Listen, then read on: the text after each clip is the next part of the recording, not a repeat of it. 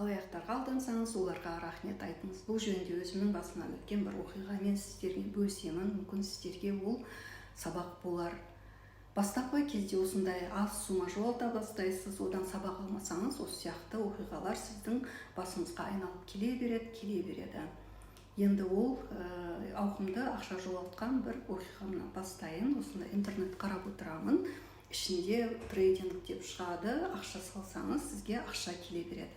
Біз бәріміз осындай жеңіл ақшаны алғанды жақсы көреміз ғой. Сонымен өзімнің телефонымды қалдырамын, әлгі жерге маған хабарласады, сіз бізге $500 салыңыз, біз сіздің ақшаңызды көбейтеміз деді. Сонымен мен өзімнің оңай қалтамдағы ақшамды сол адамның карточкасына саламын.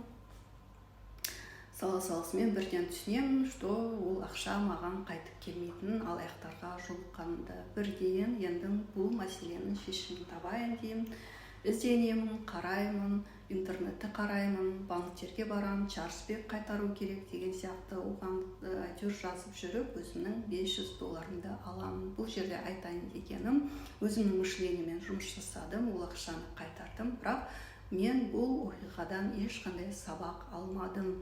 Ойладым, мен алам деп ойлайсыздар ғой, мен өзімнің ақшамды қайтарып алдым, бірақ Құдай маған салып тұр, сен оңай ақша